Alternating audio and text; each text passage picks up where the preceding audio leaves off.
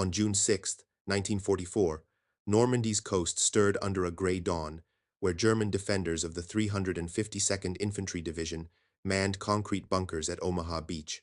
The horizon churned with over 5,000 Allied ships, their silhouettes stretching beyond sight, carrying 156,000 troops. Field Marshal Erwin Rommel, tasked with fortifying the Atlantic Wall, had warned of an invasion, but his absence left subordinates scrambling. The fleet's passage, spanning 100 miles across the English Channel, overwhelmed German reconnaissance. Coastal batteries, primed for action, peered through mist, spotting landing craft slicing waves. Soldiers gripped rifles, their breaths short, as naval guns roared, shaking earth. Reports flooded command posts. Ships, troops, aircraft numbers unthinkable. The German radio crackled, relaying panic from observation posts. Minimal Luftwaffe opposition appeared, scattered sorties unable to contest the sky. The Atlantic Wall, touted as impregnable, faced its test.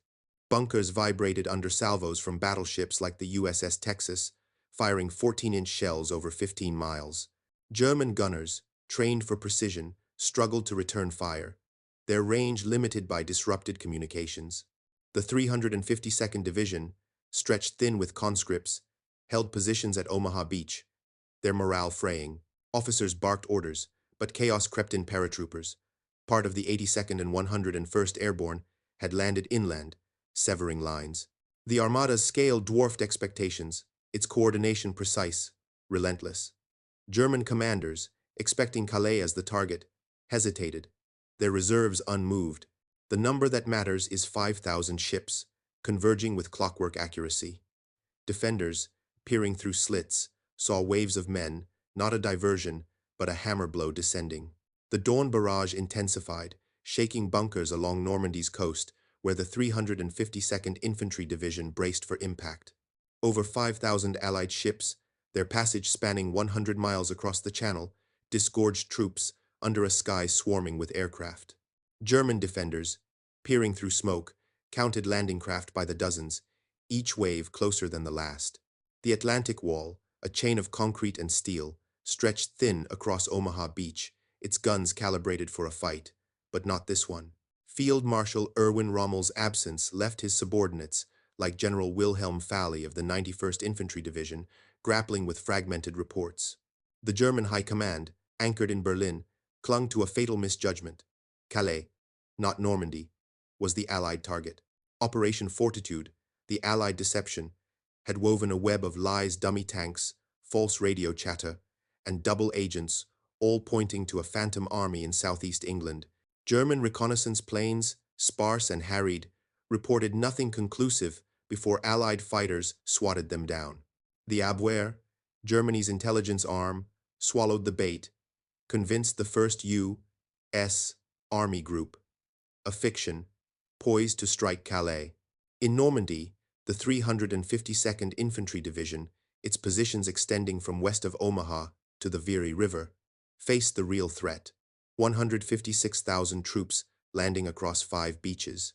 Coastal guns, with varied ranges reaching up to 20 kilometers in key batteries, fired blindly into the haze, their crews stunned by return salvos from ships like HMS Warspite. The constraint was communication. Severed lines left bunkers isolated, unable to coordinate. Soldiers, many conscripts from occupied territories, whispered of betrayal, their rifles trembling as waves crashed nearer. Inland, chaos spread. Paratroopers from the 82nd and 101st Airborne Divisions dropped hours earlier, cut roads and bridges, sowing panic. A German officer, stranded near Sainte-Mère-Église, radioed of ghosts in the dark, unaware of the scale. The Luftwaffe, reduced to fewer than 200 operational aircraft in France, mustered about 300 sorties on June 6.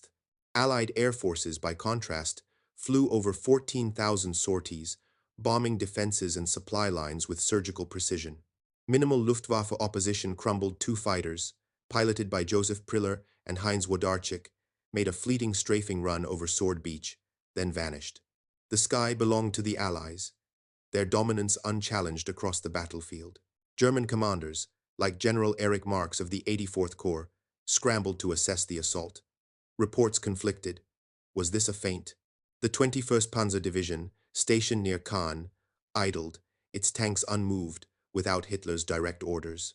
Centralized command, a German strength, became a choke point. Panzer Group West's armor was withheld pending release. The 21st Panzer near Caen moved only after delays. Fortitude's deception held firm, tying down the 15th Army at Calais, hundreds of miles away. The number that matters is over 14,000 Allied sorties, dwarfing German air response. Defenders, pinned in bunkers, felt the ground quake as naval guns pounded, their shells arcing 15 miles with devastating accuracy. At Omaha, the 352nd Division strongpoints, built to withstand bombardment, cracked under pressure. Machine gunners, trained for overlapping fields of fire, mowed down first waves, but Allied troops kept coming. A surviving account described a bunker's view. Men fell, yet more rose, endless. Naval gunfire adjusted, targeting emplacements with eerie precision. The USS Texas, anchored 10 miles offshore, fired 255 14-inch rounds in 34 minutes at Pointe du Hoc. German artillery, outranged and outgunned in many sectors, fell silent one by one. The cold line. Batteries silenced after 10 hours under naval barrage. Confusion deepened as inland units reported paratroopers cutting supply lines, isolating coastal defenses. The German miscalculation hardened into reality. Commanders, expecting a single thrust at Calais, faced multiple beachheads: Utah, Omaha, Gold, Juno, Sword. The 716th Static Division, holding sectors east near Caen, buckled under Canadian and British assaults. Their bunkers, designed for static defense, lacked depth against mobile infantry. German radios, jammed or destroyed, relayed garbled orders. A lieutenant in the 352nd, trapped at Omaha, scrawled in his log, "No tanks, no planes, no hope." The deception's grip tightened, as reserves remained frozen, believing the real blow would fall elsewhere. Allied air cover, relentless, strafed any German movement, pinning reinforcements miles from the fight. The turning point loomed, sharp and undeniable. Adversary point of view. German officers cursed Fortitude's lies, realizing Normandy's beaches were no diversion. The myth of Calais, fed by Allied cunning, collapsed in hours. Commanders, like Marx, ordered counterattacks, but the 21st Panzer Division, delayed by airstrikes, crawled toward Seine. Allied fighters, over 14,000 sorties strong, obliterated convoys before they reached the front. The Atlantic Wall, a propaganda triumph, revealed its flaws: gaps in manpower, incomplete fortifications, and no air support. Defenders, once confident in their concrete tombs, saw the tide shift, their counterattacks smothered by an enemy they could not touch. The day wore on, brutal and unyielding. German units, fragmented, fought in pockets, their cohesion shattered. The 91st Infantry Division, caught by paratroopers, lost General Fally to an ambush near Picauville. Coastal strongpoints, designed to hold for days, fell in hours. The Allies combined arms, naval guns, airstrikes, infantry operated with mechanical precision, each element amplifying the others. German soldiers, peering through smoke, saw no end to the onslaught. The constraint was time. Every hour without reserves strengthened Allied beachheads. By dusk, the truth settled in Normandy was the invasion, and Germany's response was too late, too weak. Over 5,000 ships had anchored the assault, their firepower unyielding, as paratroopers consolidated gains inland. The 352nd Division, bloodied at Omaha, yielded ground yard by yard, its lines pierced by relentless pressure. Panzer reserves stirred at last, but too slowly. Hitler's approval trickled down, releasing elements of the 12th SS Panzer Division hours after the landings began. Convoys snaked through hedgerows, only to halt under strafing runs from Allied thunderbolts and typhoons. German drivers, exposed on narrow roads, abandoned vehicles amid wrecks, their advance measured in kilometers per hour. The 21st Panzer, probing toward Sword Beach, clashed with British armor near Hermanville, but air interdiction scattered its formations. Sorties, from over 14,000 Allied flights, hammered fuel dumps and rail yards, starving reinforcements of momentum. Defenders radioed for aid, their pleas echoing unanswered through static. Night fell heavy over the beaches, smoke veiling the dead and dying. Allied troops dug in, their beachheads tenuous but expanding, linked by patrols under moonlight. German counter-thrusts faltered in the dark, lacking coordination without air scouts. The 716th Division, stretched across eastern sectors, reported breaches at Juno, where Canadian engineers cleared mines under cover of destroyers.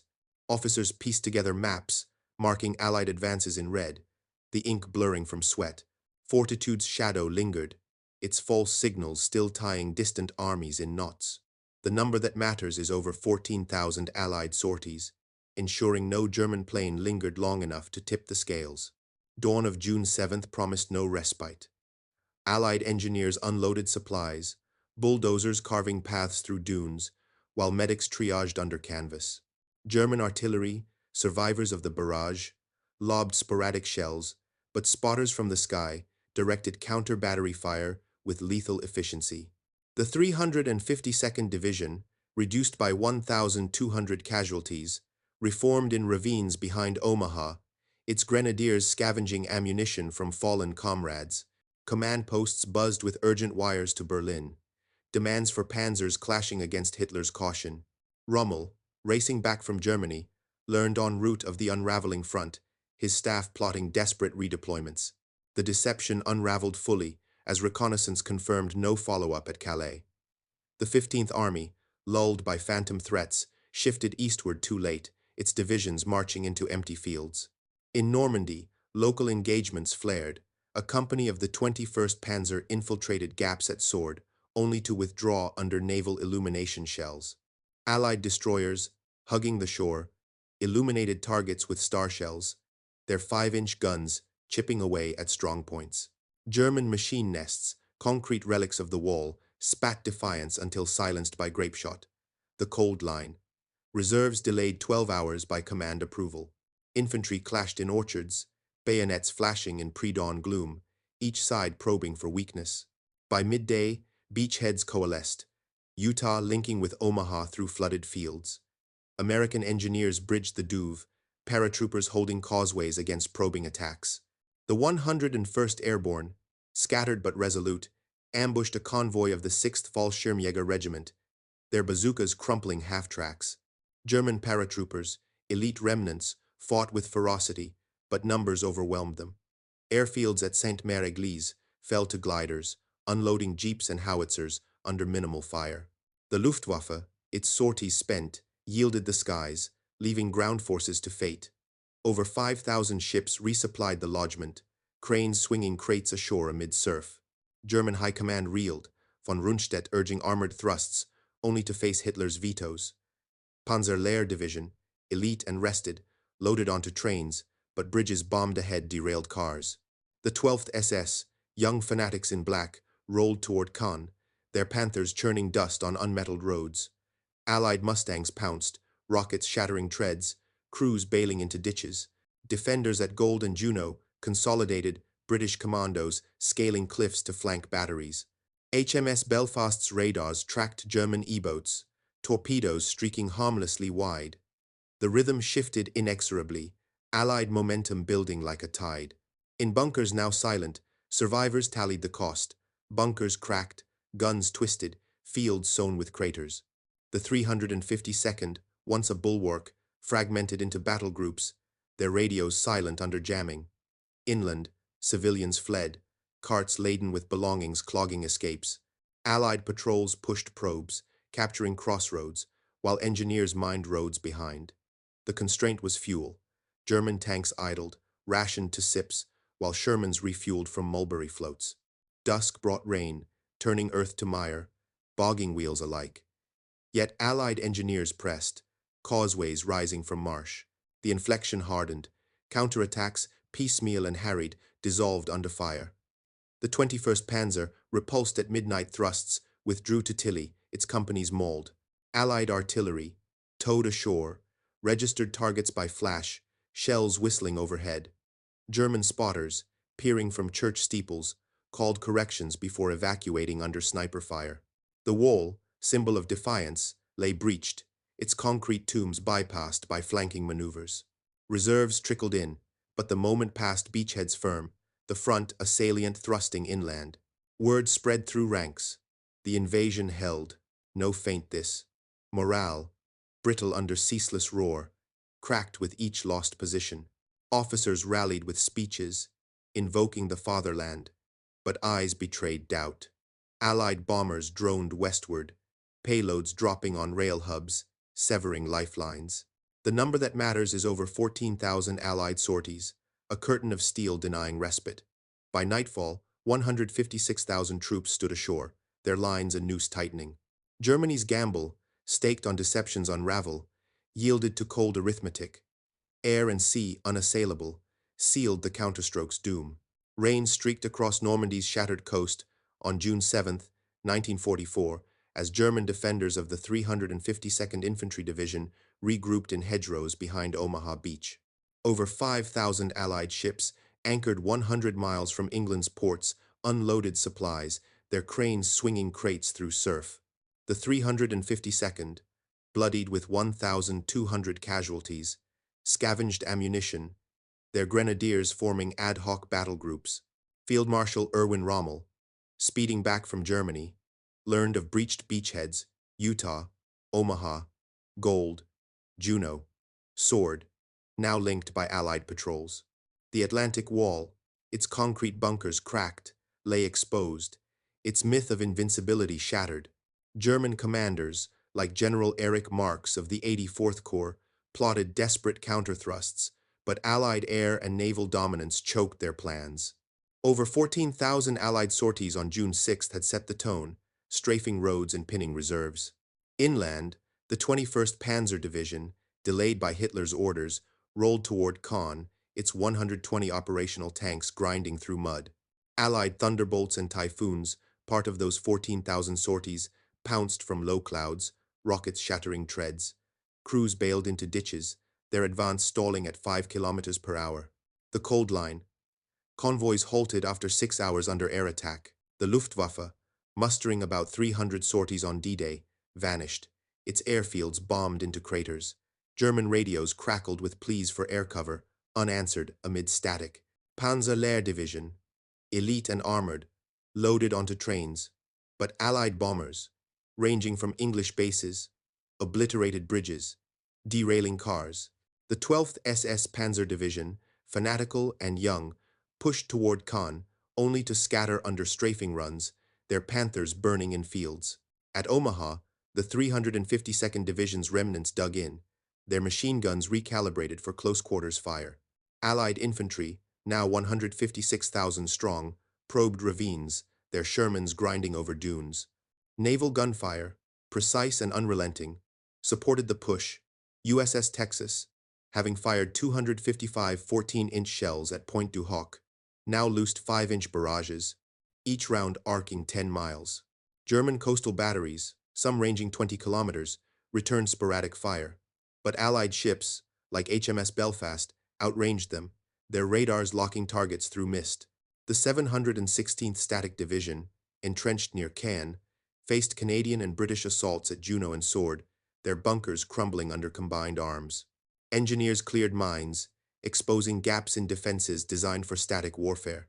German officers, poring over maps, marked Allied salients in red, their lines blurring under pressure.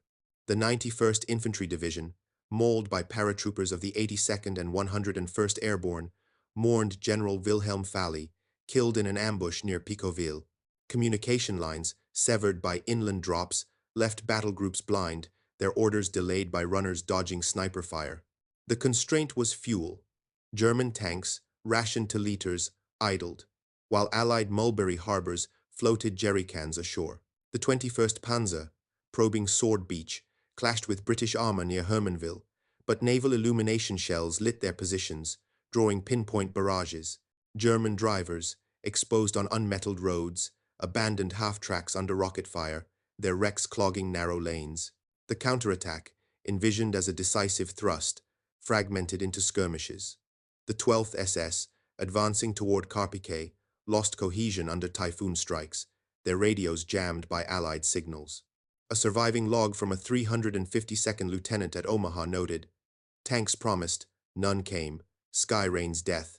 Allied air forces, maintaining over 14,000 sorties intensity, bombed rail yards and fuel dumps, starving German logistics. The number that matters is over 14,000 Allied sorties, a relentless curtain denying movement. At Gold Beach, British commandos scaled cliffs, flanking batteries, their Bren guns chattering through hedgerows. German gunners, once confident in overlapping fields, retreated, their ammunition bunkers blasted by destroyer salvos.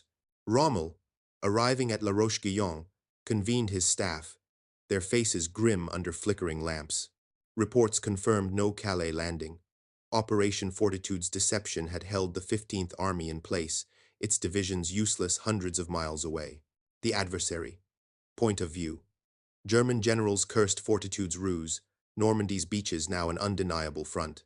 Marx, commanding from a shelled chateau, ordered the 21st Panzer to hold Caen, but air interdiction scattered its companies. The 352nd, reduced to pockets, fought in orchards, their bayonets flashing in gloom. Allied engineers, bridging the Douve, linked Utah to Omaha, their causeways firm under paratrooper guards. The 101st Airborne, scattered but resolute, ambushed a convoy of the 6th Fallschirmjäger Regiment, bazookas crumpling steel. Naval supremacy tightened the noose.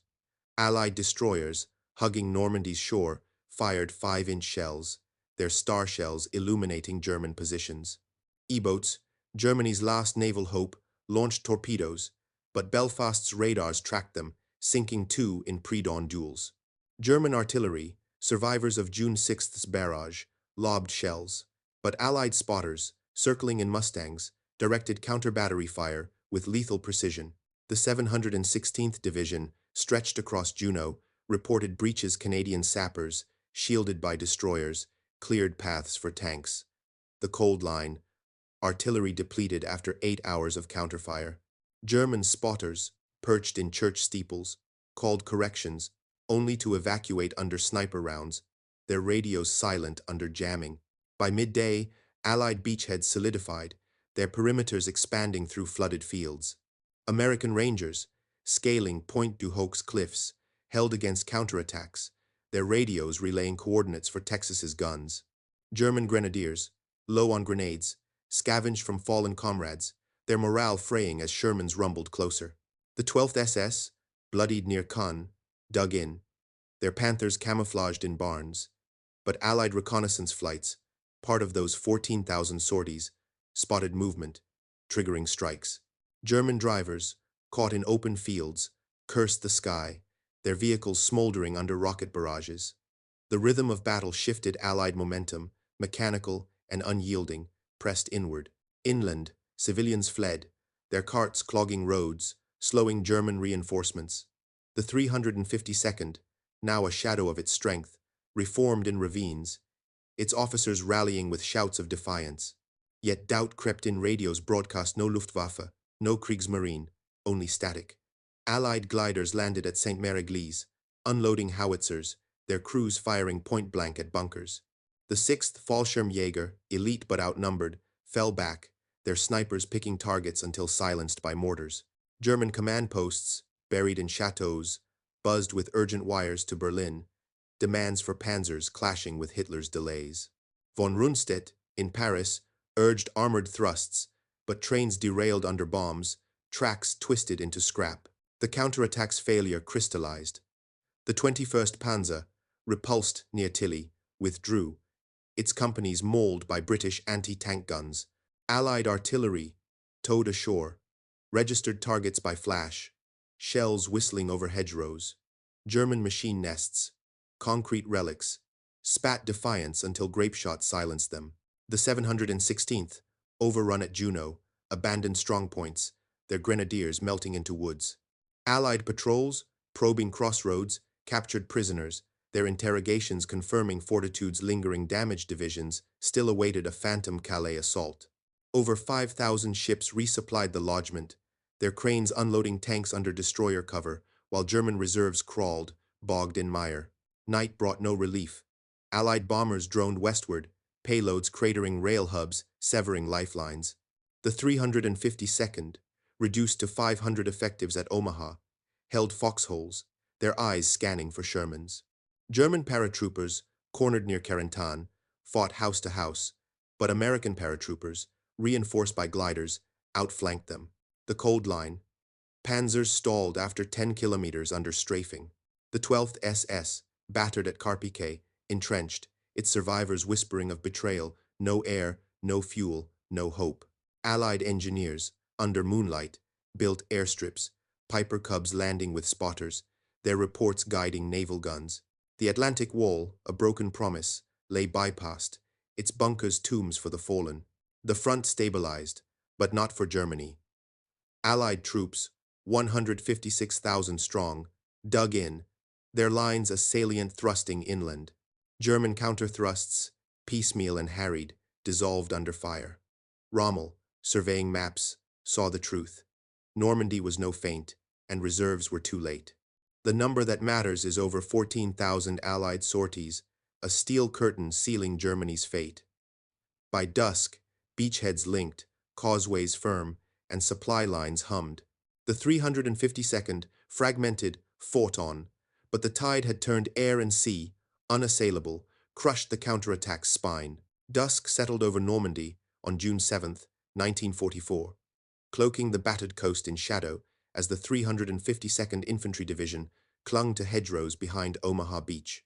Over 5,000 Allied ships, anchored 100 miles from England's ports, churned the channel, their cranes unloading tanks and crates under destroyer cover. The Allied lodgment Utah, Omaha, Gold, Juno, Sword, spanned 30 miles, 156,000 troops digging in, their lines a steel crescent thrusting inland. The 352nd, reduced to 500 effectives, scavenged rifles from fallen comrades, their officers shouting orders through rain. Field Marshal Erwin Rommel, now at La Roche-Guyon, pored over maps, his staff tallying losses. 1,200 casualties at Omaha alone. The Atlantic Wall, its bunkers shattered, stood as a hollow boast, its defenses overrun by Allied precision. German commanders, like General Erich Marx of the 84th Corps, scrambled to stem the tide, but Allied air and naval supremacy suffocated their plans. Over 14,000 Allied sorties, sustained into June 7th, strafed roads, cratered fuel dumps, and pinned reserves. The Luftwaffe, limited to about 300 sorties on D-Day, mustered no response, its airfield smoldering under Mustang raids. The 21st Panzer Division, mauled near Caen, limped back to Tilly, its 120 tanks reduced by 20 under Typhoon rockets. The Cold Line, Panzers lost 20 after 6 hours of strafing. Panzerlehr, stalled by derailed trains, idled miles away, while the 12th SS Panzer Division, bloodied at Carpiquet, entrenched in barns, their Panthers camouflaged but immobile without fuel. At Omaha, the 352nd's remnants fought in pockets, their machine guns stuttering through dwindling belts. Allied Shermans, supported by naval gunfire, rumbled through ravines, their treads chewing mud. The USS Texas, after firing 255 14-inch shells at Point du Hoc, loosed 5-inch barrages, each round arcing 10 miles to silence bunkers. German coastal guns, some ranging 20 kilometers, lobbed sporadic shells, but HMS Belfast's radars tracked their muzzle flashes, directing counterfire with lethal accuracy. The 716th Static Division, overrun near Caen, abandoned Juno's strongpoints, their grenadiers fleeing into woods under Canadian bayonets. Allied engineers, shielded by destroyers, cleared mines, exposing static defenses to mobile infantry. Inland, chaos reigned. The 91st Infantry Division, gutted by paratroopers of the 82nd and 101st Airborne, held fragments of Carrington, their radios silent after ambushes. The constraint was logistics. German trucks, rationed to gallons, stalled, while Allied Mulberry harbors floated supplies ashore. The 6th Fallschirmjäger Regiment, elite but cornered, fought house to house near St. Mère-Église, their snipers falling to mortar barrages. Allied gliders, landing under moonlight, unloaded howitzers, their crews firing point-blank at bunkers. The 101st Airborne, securing causeways, ambushed a convoy, bazookas crumpling half-tracks. German runners, dodging sniper fire, carried orders, but delays mounted commands took hours to reach scattered units. Rommel, chain-smoking in his chateau, faced stark arithmetic: no air support, no navy, no reserves. Operation Fortitude's deception, unmasked too late, had paralyzed the 15th Army at Calais, its divisions marching into empty fields. The adversary, point of view, German generals, outmaneuvered, saw Normandy's front harden, Fortitude's lies their undoing. Marx, bloodied but defiant, ordered the 21st Panzer to hold Caen's outskirts. But Allied airstrikes, part of those 14,000 sorties, scattered its formations. The 352nd, fighting in orchards, wielded bayonets in close quarters, their grenadiers falling to American squads. Allied engineers bridged the Douve, linking Utah to Omaha, their causeways firm under paratrooper sentries. Naval dominance tightened the stranglehold. Allied destroyers, patrolling Normandy's shore, fired 5-inch shells, their star shells illuminating German positions. E-boats, Germany's dwindling naval threat, launched torpedoes, but Belfast's radars sank 3 in midnight duels. German artillery, depleted by counter-battery fire, managed scattered salvos, but Allied spotters, circling in Piper Cubs, directed barrages with precision. The 716th, shattered at Juno, lost its last strong points to Canadian sappers, their tanks rolling through cleared paths. The cold line, bunkers breached after 12 hours of combined arms. German spotters, retreating from steeples, abandoned radios under jamming, their corrections unheard amid static. By dawn on June 8th, Allied beachheads coalesced, their perimeters stretching through marshes. American Rangers at Pointe du Hoc, battered but holding, relayed coordinates for Texas's guns, silencing counterattacks. The 352nd, low on ammunition, manned foxholes, their eyes scanning for Shermans through mist. The 12th SS, entrenched near Caen, faced British armor, their Panthers firing until barrels glowed. But Allied Mustangs, part of those 14,000 sorties, rocketed their lines. German crews, caught in fields, cursed the sky, their vehicles smoldering under phosphorus. The rhythm of battle tilted Allied momentum, relentless, carved deeper into Normandy's heart. Civilians, fleeing with carts, clogged roads, slowing German redeployments. The 352nd's officers, rallying in ravines, shouted of the fatherland, but doubt crept into ranks. No Luftwaffe roared overhead. No Kriegsmarine challenged the horizon, only Allied ships, over 5,000 strong, resupplying the lodgment. Allied airstrips, built overnight, welcomed Cubs, their spotters guiding naval salvos. The 6th Fallschirmjäger, surrounded near Carentan, fought with knives, but American paratroopers, reinforced by gliders, outflanked them. German command posts, buried in shelled chateaus, buzzed with wires to Berlin, but Hitler's orders lagged, panzers held back by indecision. The German front, stretched to breaking, unraveled. The 21st Panzer, repulsed at Tilly, lost cohesion, its survivors entrenching under British artillery. Allied guns, towed ashore, fired by flash, shells screaming over hedgerows. The 716th, scattered at Sword, melted into villages, their grenadiers sniping until silenced by commandos. Allied patrols captured crossroads, interrogating prisoners who confirmed Fortitude's lingering damage divisions still awaited a Calais mirage. The number that matters is over 14,000 Allied sorties, a steel shroud starving German hopes. German machine nests, concrete relics, fell to grapeshot, their crews buried in rubble. Von Rundstedt, in Paris, urged armored thrusts, but bombed rail lines stranded Panzerlehr. The 12th SS, battered at Carpiquet, dug in, its survivors whispering of defeat. Allied engineers, under rain, built roads, their bulldozers carving paths through dunes. The 101st Airborne, holding Sainte-Mère-Église, repelled probes, their bazookas torching half-tracks. German paratroopers, cornered, fought with ferocity, but numbers overwhelmed them. Allied destroyers, hugging the coast, fired illumination shells, exposing German positions to infantry. The cold line, reserves delayed 18 hours by bombed bridges. German radios, jammed or destroyed, relayed garbled pleas, their batteries fading in the dark. By midday, the lodgment held firm. Allied troops pushing inland, their lines a salient 20 miles deep. American engineers, bridging rivers, linked beachheads, while medics triaged under canvas.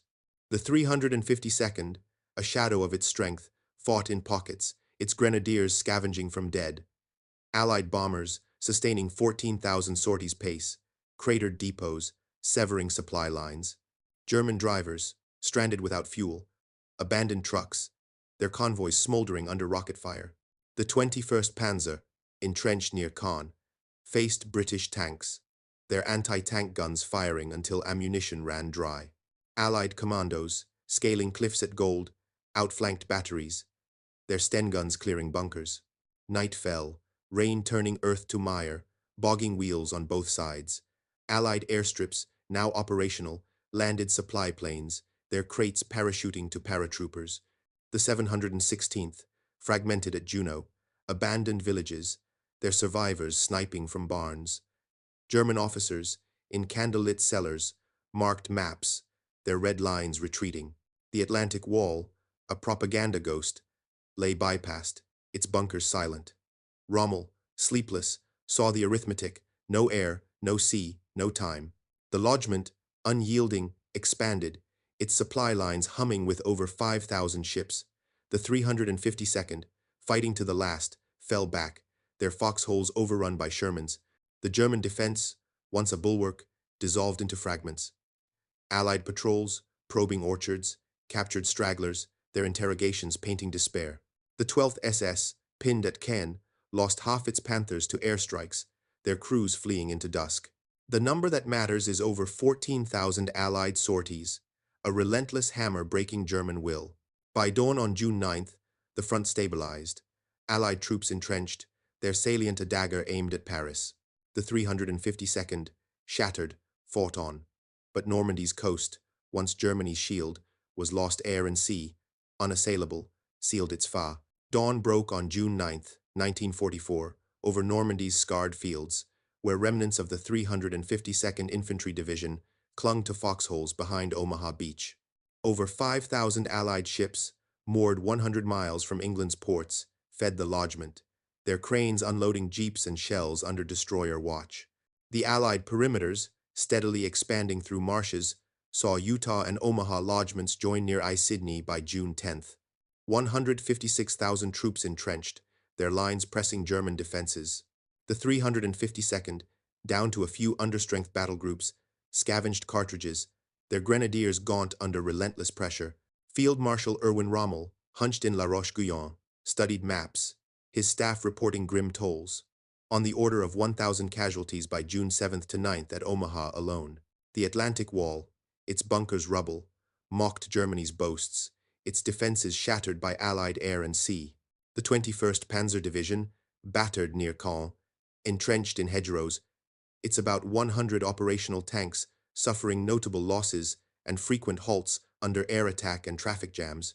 Allied air supremacy persisted through June 7th to 9th with thousands of sorties daily, strafing convoys, cratering depots, and choking reinforcements. The Luftwaffe, reduced to scattered sorties after about 300 on D-Day, offered no contest, repeated bombardment and cratering keeping many fields unserviceable.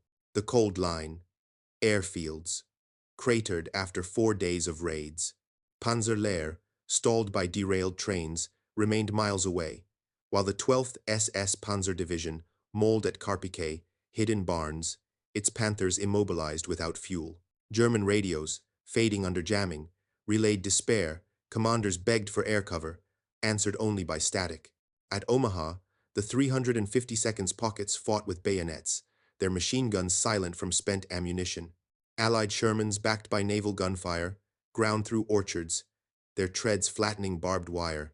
The USS Texas, after 255 14-inch shells at Point du Hoc, fired 5-inch rounds, each arcing about 9 miles to crush foxholes. German coastal batteries, some ranging 20 kilometers, lobbed shells, but HMS Belfast's radars pinpointed their flashes, silencing them with counterfire. The 716th Static Division, shattered near Caen, fled Juno's villages, their grenadiers sniping from haylofts until Canadian tanks rolled through. Allied sappers, under destroyer cover, cleared paths, exposing static defenses to infantry assaults. Inland, the German front crumbled. The 91st Infantry Division, gutted by the 82nd and 101st Airborne, contested positions around Carentan as fighting intensified.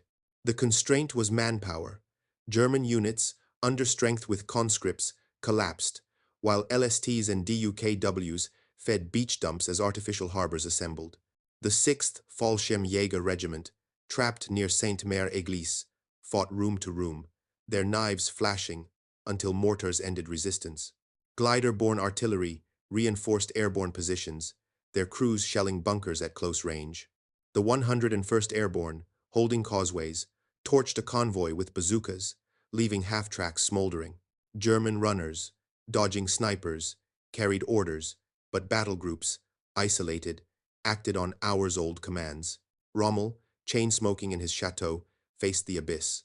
No air, no navy, no reserves.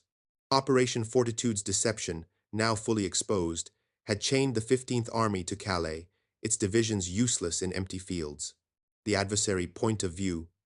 German commanders, betrayed by Fortitude, watched Normandy's front collapse, their reserves too late. General Erich Marx was mortally wounded by air attack on June 12th, leaving the 84th Corps leaderless, its units scattering. The 352nd, fighting in ravines, stabbed with bayonets, their grenadiers falling to American squads. Allied engineers, bridging rivers, solidified the salient, their causeways bustling with jeeps under paratrooper guards. Naval supremacy tightened the vice. Allied destroyers, patrolling the coast, fired 5-inch shells, their star shells exposing German positions. Allied cruisers and destroyers, using radar pickets, detected and drove off E-boat sorties. Several were engaged by escorts. German artillery, depleted by counterfire, managed scattered shots, but Allied spotters in Piper Cubs directed barrages with precision. The 716th, overrun at Sword, lost its last villages to British commandos, their Sten guns clearing barns. The Cold Line, batteries silenced after 15 hours of naval fire. German spotters, fleeing steeples, abandoned radios, their voices lost in jammed frequencies. By noon, the Allied lodgment deepened, its perimeters pushing through marshes. American Rangers, at Pointe du Hoc, bloodied but resolute, held cliffs, their radios guiding Texas's guns. The 352nd, out of grenades, manned trenches, their eyes tracking Shermans through smoke. The 12th SS, pinned near Caen, faced British armor, their Panthers firing until barrels warped, but Allied Mustangs, part of thousands of daily sorties, rocketed their lines. German crews, trapped in fields, cursed the sky, their tanks burning under phosphorus. The battle's rhythm surged, Allied momentum, cold and mechanical, tore through German lines. Civilians, fleeing with wagons, choked roads, stalling German trucks. The 352nd's officers, in muddy dugouts, rallied with shouts, but soldiers' eyes betrayed despair. No Luftwaffe roared, no Kriegsmarine challenged, only Allied ships, over 5,000 strong, fed the salient. Allied airstrips, operational in fields, landed Cubs, their spotters directing naval salvos. The 6th Fallschirmjäger, surrounded near Carentan, fell to paratroopers, their last snipers silenced by grenades. German command posts, shelled into ruin, sent frantic wires to Berlin. But Hitler's orders, delayed, held panzers back. Von Rundstedt, in Paris, demanded action, but bombed bridges stranded Panzerlehr. The German collapse accelerated. The 21st Panzer, entrenched near Caen, lost half its tanks to anti-tank guns, its survivors fleeing under artillery. Allied guns, emplaced ashore, fired by flash, shells screaming over hedgerows. The 716th, scattered at Juno, vanished into woods, their grenadiers captured by Canadian patrols. Allied probes seized crossroads. Prisoners confessing Fortitude's lingering toll divisions still awaited a Calais phantom. The number that matters is thousands of Allied sorties daily, a relentless shroud crushing German hopes. German bunkers, concrete relics, fell to dynamite, their crews entombed in debris. By dusk, the salient stretched 30 miles. Allied troops entrenching under rain. American engineers, building roads, linked beachheads, while medics worked under tarps. The 352nd, a ghost of its strength, fought in pockets, its grenadiers scavenging boots from dead. Allied bombers, sustaining thousands of sorties daily, obliterated rail yards, starving German logistics. German drivers, fuelless, abandoned trucks, their convoys smoldering under rocket fire. The 12th SS, sustaining significant tank losses to air and artillery around Caen and Carpiquet, entrenched, its survivors muttering of defeat. Allied commandos at Gold, scaling cliffs, outflanked batteries, their Brenns clearing bunkers. Night cloaked the front, mire bogging wheels. Allied airstrips landed supply planes, parachutes dropping crates to paratroopers. The 716th, fragmented at Sword, sniped from barns, their survivors caught by British patrols. German officers, in candlelit cellars, marked retreating lines, their pencils snapping under strain. The Atlantic Wall, a broken dream, lay abandoned, its bunkers silent. Rommel, sleepless, saw the end. No air, no sea, no time. The lodgment, unassailable, grew, its supply lines humming with over 5,000 ships. The 352nd, fighting to the last, retreated, their trenches overrun by Shermans. The German defense dissolved. Allied patrols, sweeping orchards, captured stragglers, their interrogations painting panic. The 12th SS, pinned at Caen, lost substantial Panthers to airstrikes, its crews fleeing into dusk. The Cold Line, convoys stalled after 20 hours without fuel. The 21st Panzer, repulsed near Tilly, disintegrated, its remnants sniping from ruins. Allied artillery, now massed, pounded hedgerows, shells bursting in timed volleys. The number that matters is thousands of Allied sorties daily, a hammer-breaking German will. By dawn on June 10th, the salient deepened, Allied troops entrenched, their lines aimed at Paris. The 352nd, a memory, vanished. Normandy's defense collapsed air and sea, unstoppable, sealed its doom. Rain lashed Normandy's fields on June 10th, 1944, as the 352nd Infantry Division's remnants fled foxholes behind Omaha Beach. Over 5,000 Allied ships, anchored 100 miles from England's ports, fueled the lodgment, their cranes unloading crates under destroyer guard. The Allied salient, linking Utah and Omaha near Isigny, stretched 30 miles deep, 156,000 troops entrenching. The 352nd, reduced to scattered battle groups with about 1,000 casualties, scavenged rifles, their grenadiers retreating under fire. Field Marshal Erwin Rommel, haggard in La Roche-Guyon, traced maps, his staff reporting collapse. The Atlantic Wall, its bunkers dynamited, lay in ruins. Allied air and sea, unyielding, shattered German lines. The 21st Panzer Division, battered near Caen, held hedgerows with about 100 tanks, halted by airstrikes and jams. Allied air supremacy, with thousands of sorties daily through June 10th, strafed roads, cratering depots. The Luftwaffe, limited to about 300 sorties on D-Day, vanished, its fields unserviceable from raids. The Cold Line, convoys, bombed after 10 hours of sorties. Panzer Lehr, stranded by broken rails, idled, while the 12th SS Panzer Division, bloodied at Carpiquet, entrenched, its Panthers fuel-starved. German radios, jammed, relayed panic commanders, sought panzers, answered by silence. At Omaha, the 352nd stragglers fought with knives, their ammunition gone.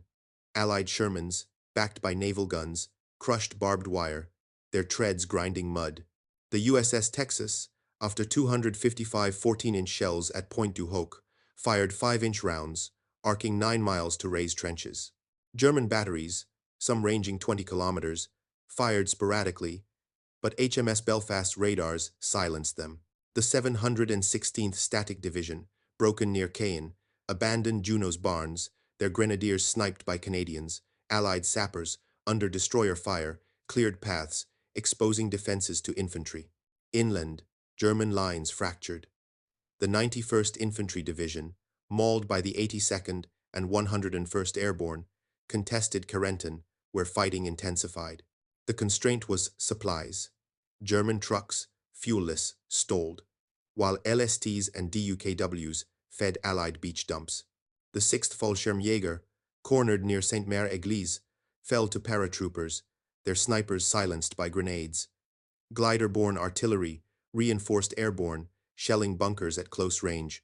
The 101st Airborne, securing causeways, burned half-tracks with bazookas. German runners, under sniper fire, carried stale orders, battle groups fighting blind. Rommel, chain-smoking, saw no salvation, no air, no navy, no time. Operation Fortitude, exposed, had pinned the 15th Army at Calais, its divisions useless. The adversary point of view. German generals outwitted, saw Normandy's front fracture, Fortitude's deception their ruin. General Erich Marx, mortally wounded on June 12th by air attack, left the 84th Corps adrift. The 352nd, in orchards, fought with bayonets, falling to American squads. Allied engineers bridging rivers fortified the salient, their causeways humming with jeeps under paratrooper watch. Naval power crushed resistance. Allied destroyers fired high-explosive shells, their star shells lighting German positions. Radar pickets drove off E-boat sorties, engaging several. German artillery, depleted, lobbed shells, but Allied Cubs directed counterfire. The 716th, overrun at Sword, lost villages to British commandos, their Brenns clearing ruins. The Cold Line, bunkers fell. After 12 hours of shelling, German spotters, fleeing, abandoned radios, their pleas lost in static. By noon, the salient deepened, Allied perimeters pushing through fields. Rangers at Pointe du Hoc held cliffs, guiding Texas's guns. The 352nd, grenadeless, manned ditches, tracking Shermans through smoke. The 12th SS, near Caen, faced British tanks, its Panthers hit by Mustangs in thousands of daily sorties. German crews cursed burning tanks. Allied momentum, relentless, tore through lines. Civilians, fleeing, clogged roads, stalling German trucks. The 352nd's officers rallied, but soldiers wavered. No Luftwaffe, no Kriegsmarine, only Allied ships, over 5,000 strong. Airstrips landed Cubs, their spotters guiding salvos. The 6th Fallschirmjäger, surrounded, collapsed, paratroopers clearing Carrington's edges. German command posts, shelled, sent wires to Berlin, but Hitler delayed panzers. Von Rundstedt demanded action, but bombed bridges held Panzerlehr. The 21st Panzer, near Caen, lost tanks to anti-tank guns, retreating under artillery. Allied guns fired volleys, shells bursting over hedgerows. The 716th, scattered at Juno, vanished, captured by patrols. Prisoners spoke of Fortitude's toll divisions awaited a Calais ghost. The number that matters is thousands of Allied sorties daily, crushing German will. By dusk, Allied troops entrenched, their salient aimed at Paris. Engineers linked beachheads, medics worked under tarps. The 352nd, a shadow, fought pockets, scavenging boots. Allied bombers, in thousands of sorties, razed rail yards. German drivers abandoned trucks, smoldering under rockets. The 12th SS, with heavy tank losses at Caen, dug in, its survivors silent. Commandos at Gold outflanked batteries, clearing bunkers. Night bogged wheels in mire. Airstrips landed planes, parachutes dropping crates. The 716th, at Sword, sniped, then fell. German officers, in cellars, marked retreats, their resolve breaking. Rommel saw the end. No air, no sea. The salient, fed by over 5,000 ships, stood firm. Normandy lost air and sea, sealed Germany's fate. Dawn on June 11th, 1944, revealed Normandy's coast transformed, the 352nd Infantry Division's remnants scattered across hedgerows. Over 5,000 Allied ships, anchored 100 miles from England's ports, sustained the lodgment, their cranes unloading supplies under destroyer guard. The Allied salient, 30 miles deep, held 156,000 troops, their lines aimed at Paris. The 352nd, with about 1,000 casualties, ceased to exist as a cohesive force, its grenadiers captured or fled. Field Marshal Erwin Rommel, in La Roche-Guyon, faced defeat. The Atlantic Wall, a propaganda relic, lay in ruins, its bunkers silent under Allied boots. Allied air supremacy, with thousands of sorties daily, pulverized German logistics, rail yards smoldering under bombs. The Luftwaffe, reduced to negligible sorties after D-Day's 300, offered no resistance. The 21st Panzer Division, its 100 tanks battered near Caen, retreated, mauled by Mustangs. The 12th SS, with heavy tank losses at Carpiquet, entrenched, its survivors broken. The Cold Line. Reserves stalled after 24 hours without fuel. German radios, jammed, relayed despair, their pleas unanswered. The number that matters is thousands of Allied sorties daily, a relentless hammer shattering German will. The German front dissolved. The 91st Infantry Division, gutted near Carentan, collapsed as paratroopers of the 82nd and 101st Airborne pressed in. Allied engineers, bridging rivers, fortified the salient, their causeways bustling. Naval guns, like USS Texas's 9-mile 5-inch shells, crushed holdouts. The 716th Static Division, overrun at Juno, vanished, its stragglers sniped by commandos. Prisoners, interrogated, spoke of Fortitude's deception, tying the 15th Army to Calais' empty fields. Rommel, sleepless, saw no recovery. New air, new sea, new hope. By dusk, Allied beachheads linked, their lodgment unassailable. American Shermans rolled through orchards, Canadian tanks pierced Kane's edges, and British commandos cleared Gold's Cliffs. German officers, in shelled cellars, marked retreats, their men deserting under strafing. The salient, fed by over 5,000 ships, grew, its supply lines humming. The campaign's cost was clear. Germany's Western Front, overstretched, faced collapse. By August, Allied troops would reach Paris. The tide turned. Normandy's loss a death knell, air and sea, unstoppable, sealed Germany's fate.